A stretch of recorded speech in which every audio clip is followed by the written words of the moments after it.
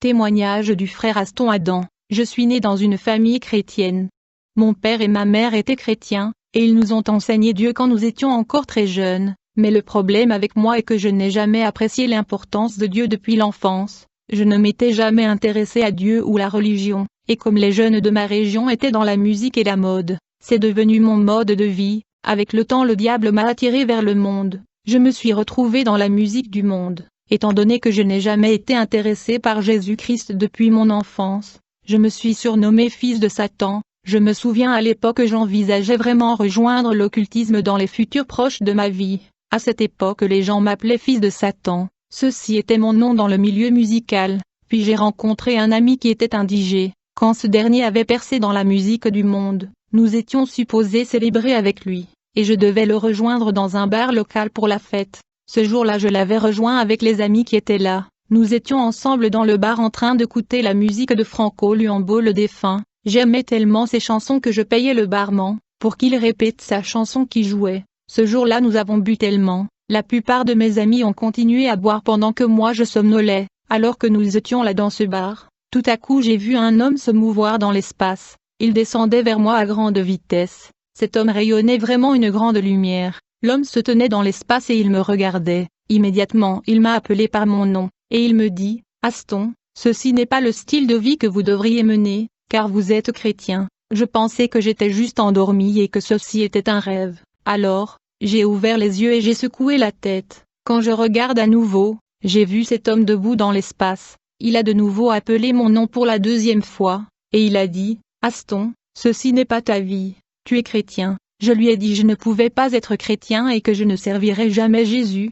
Mes amis dans ce bar m'ont entendu parler à une personne qu'ils ne pouvaient pas voir. Ils pensaient que j'étais ivre, mais cependant cet homme brillant insistait sur le fait que je suis chrétien. Moi j'étais catégorique. Je lui ai dit que je ne servirais pas Dieu. À la fin il a élevé sa voix qui était puissant. Rapidement j'ai décidé de quitter le bar. En vérité c'était ma mère qui était croyante. Elle intercédait, combattant la guerre spirituelle pour mon âme et elle semait de nombreuses semences pour que je me convertisse et vienne à Dieu. C'est pourquoi le Seigneur Jésus lui-même est venu me voir dans un bar. En fait, ma mère était avertie dans une prophétie que je servirais le Seigneur. Dans cette prophétie le Seigneur a prévenu ma mère et dit, « Si jamais votre fils recourt à l'occultisme, il deviendra fou, parce qu'il est choisi pour me servir. » Souvent quand nous faisions la répétition, ma mère venait sur place et se mettait à genoux devant notre orchestre, et elle me déclarait, « Aston, tu serviras le Seigneur, cette musique du monde n'est pas ta vie. » Je me souviens à chaque fois que nous allions au studio pour enregistrer de la musique du monde,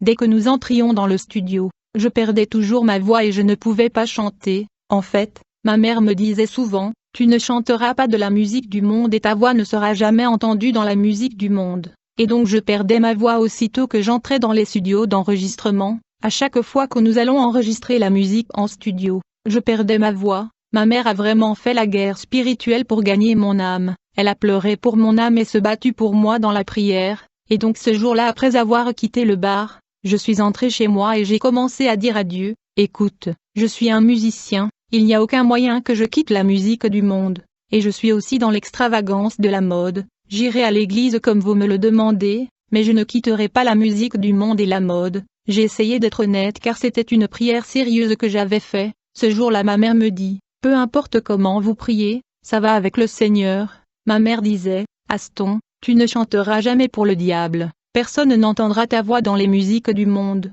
Bien-aimé, après l'apparition du Seigneur dans le bar, je suis devenu croyant et j'ai rejoint une église où j'ai été baptisé. J'ai reçu les fondements et les enseignements de la doctrine, jusqu'à ce que je sois ordonné comme prophète. Mon pasteur insistait pour que je commence mon propre ministère selon la vision que le Seigneur lui avait donnée, mais j'hésitais parce que j'étais trop jeune. À la fin j'ai quitté l'église, j'envisageais les options qui étaient devant moi, c'est alors que je suis tombé malade. Ce fut dans cette période de la maladie que j'ai commencé à avoir les manifestations angéliques. Des anges me rendaient visite régulièrement pendant que j'étais allongé à la maison malade pendant 2 ans. Les gens ont commencé à m'appeler le prophète souffrant. À cause de ma situation de santé, j'étais allongé malade et coincé à l'intérieur de la maison pendant 2 ans à cause de la maladie. Un jour alors que j'étais allongé, le Seigneur Jésus-Christ est apparu dans ma chambre où j'étais allongé. Ce jour-là quand le Seigneur est venu, il était vêtu de vêtements blancs et il avait des sandales dorées. Il s'est assis sur mon lit à mes côtés. J'ai vu qu'il tenait un livre intitulé La connaissance de Dieu, et il portait une couronne sur laquelle il était écrit Roi des rois. Il y avait d'innombrables étoiles sur cette couronne. Il y avait aussi une couronne d'épines sur la tête qui lui blessait la tête et le sang ruisselait. Il portait une ceinture sur l'épaule où il était écrit Jésus-Christ. Le Seigneur Jésus rayonnait une grande lumière comme un projecteur. Quand il me parlait, je voyais juste une grande lumière, et à l'intérieur de la lumière était un homme qui brillait comme l'étoile du ciel. Il était léger. Le Seigneur Jésus était comme dans le livre d'Apocalypse 1. Sa tête et ses cheveux étaient blancs comme de la laine, blancs comme de la neige, et ses yeux étaient comme une flamme de feu, et ses pieds ressemblent à de l'airain fin, comme s'il brûlait dans une fournaise, et sa voix était comme le son de nombreuses eaux. Et son visage était comme le soleil qui brille dans sa force. Le Seigneur m'a dit, Aston, le temps est venu, vous devez vous lever car vous avez du travail à faire. Quand le Seigneur est apparu, il a placé le petit livre sur mon cœur et a dit, le temps est venu, car votre épreuve et souffrance qui sont votre formation sont terminées, et le temps du travail est venu. Ce jour quand je me suis levé pour la première fois en 2 ans de maladie, les gens ont pleuré, parce qu'ils ne pouvaient pas croire qu'un jour je me lèverais. Quand cette rencontre s'est terminée, je me demandais comment commencer une église. Très vite j'ai été convaincu par l'Esprit de commencer une série de prières, et quand j'ai commencé ces prières j'ai été rejoint par de nombreuses personnes, dont une dame, qui a décidé de me donner une salle, où l'église est bâtie jusqu'aujourd'hui depuis 2012. Frère, depuis la première apparition du Seigneur dans ce bar, j'avais en moi une joie de prier, et je priais en 2013 dans une pièce, qu'une mère nous avait offerte pour la prière, quand tout à coup la pièce était remplie de lumière rayonnante.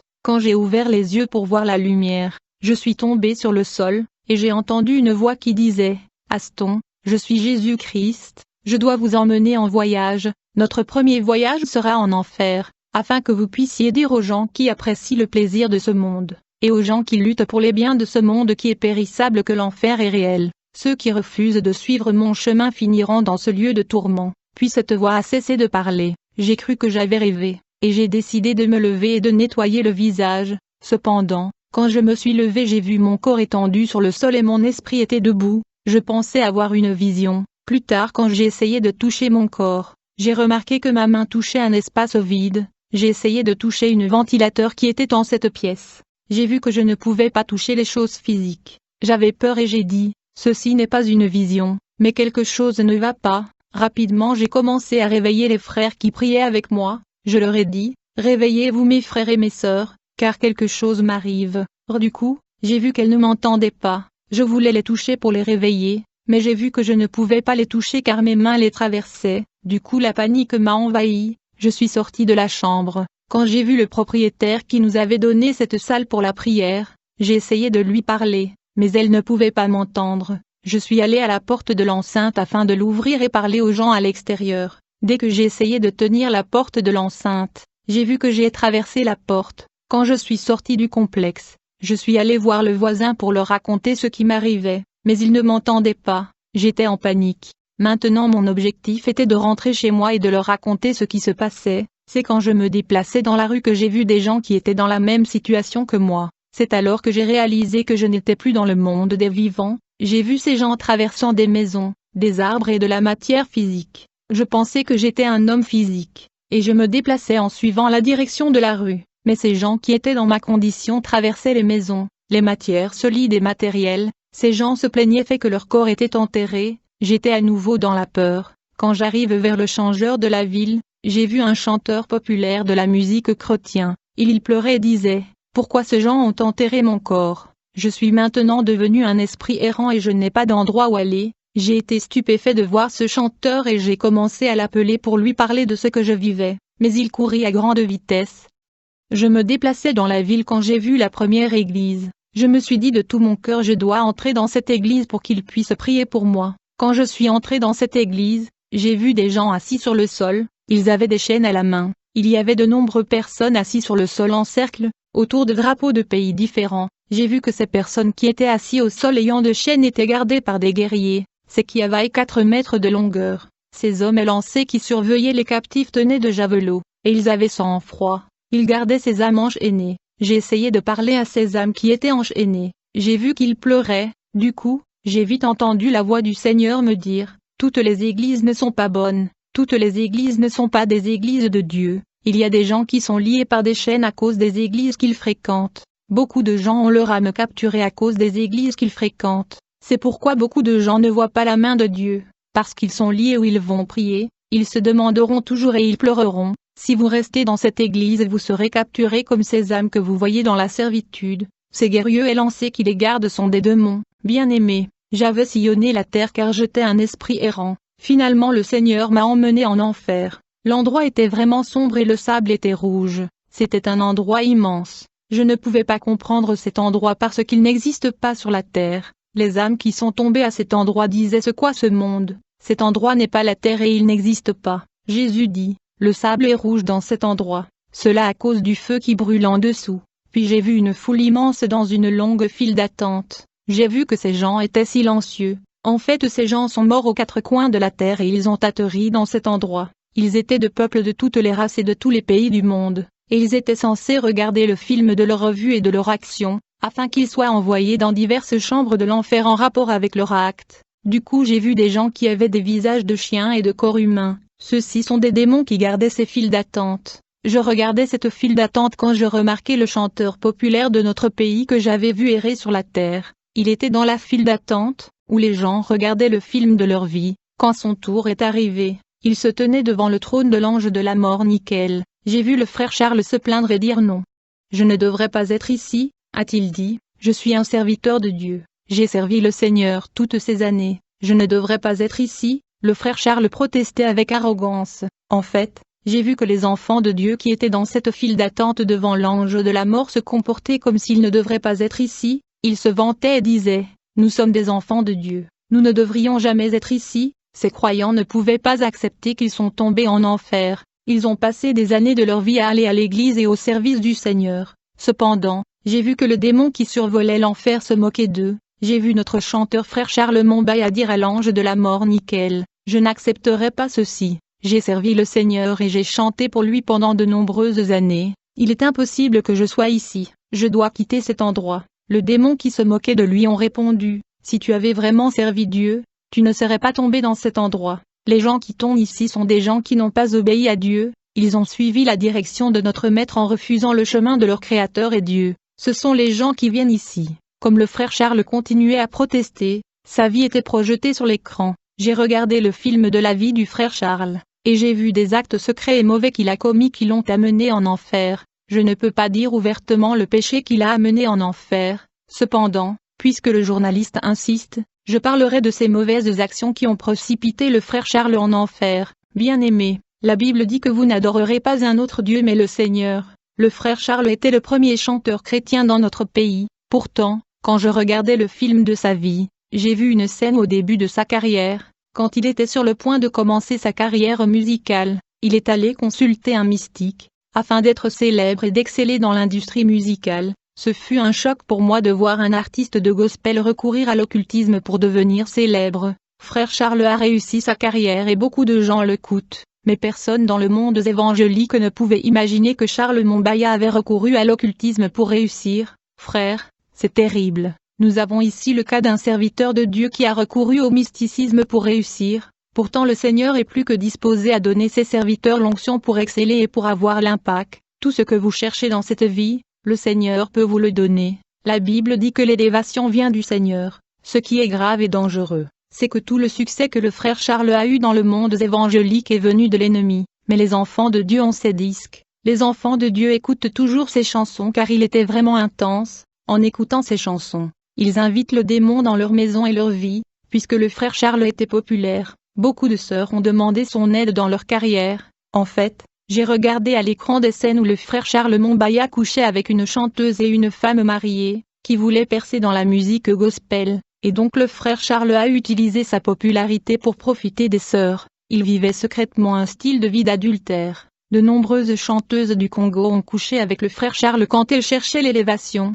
alors que la vie de frère Charles était projetée sur l'écran. J'ai vu une scène où il avait des rapports sexuels avec un de ses parentés. C'était de l'inceste qui est un péché devant le Seigneur. Dans le film de sa vie, j'ai vu que le frère Charles qui était populaire dans le pays sortait avec des femmes mariées, qui sont déjà mariées. Il a utilisé sa popularité. Frère, si vous avez des relations sexuelles avec un membre de votre famille, vous commettez de l'inceste. vous devez comprendre que vous n'échapperez pas au jugement de Dieu. Le frère Charles a regardé le film de sa vie, comment il a couché avec un membre de sa famille et comment il couchait avec une femme mariée, et comment il a recouru à l'occultisme pour réussir dans sa carrière. Quand il avait fini de regarder le film de sa vie, il était en larmes, il ne pouvait plus protester et se plaindre, car le testament de l'existence avait enregistré tout ce qu'il avait fait, et tout était projeté sur l'écran. J'ai vu que frère Charles était toujours dans le déni, il était émotionné et il ne pouvait pas accepter que ceci lui arrivait. En conséquence, l'ange de la mort le démoniaque a ordonné au démon d'ouvrir quelque chose qui ressemble à un conteneur, et j'ai vu des lézards sauvages et noirs sortir en grand nombre. Ces lézards étaient commandés par l'ange de la mort pour le mordre. J'ai vu d'innombrables lézards se précipiter vers lui et ils ont commencé à le mordre et il fut complètement couvert par ces lézards. Il pleurait et se repentait, mais il était trop tard pour lui. Après cela il a été jeté dans l'abîme. Quand il a été jeté en enfer, le Seigneur a dit, suivons-le afin que nous puissions voir. Quand la porte de l'enfer s'ouvrit, j'ai remarqué que c'était une porte antique, et quand nous sommes entrés dans cette ancienne porte, j'ai vu que nous descendions. En fait, l'enfer a beaucoup de niveaux. Alors que nous descendions, j'ai vu que nous atterrissions dans un volcan massif où le lave était énorme. Les hommes qui étaient jetés en enfer tombaient dans les laves de ce volcan massif. En effet, cette mer de lave et ce volcan étendu étaient la réception de l'enfer, où les âmes étaient supposées atterrir et être prises chacune dans leurs chambres respectives. PS 130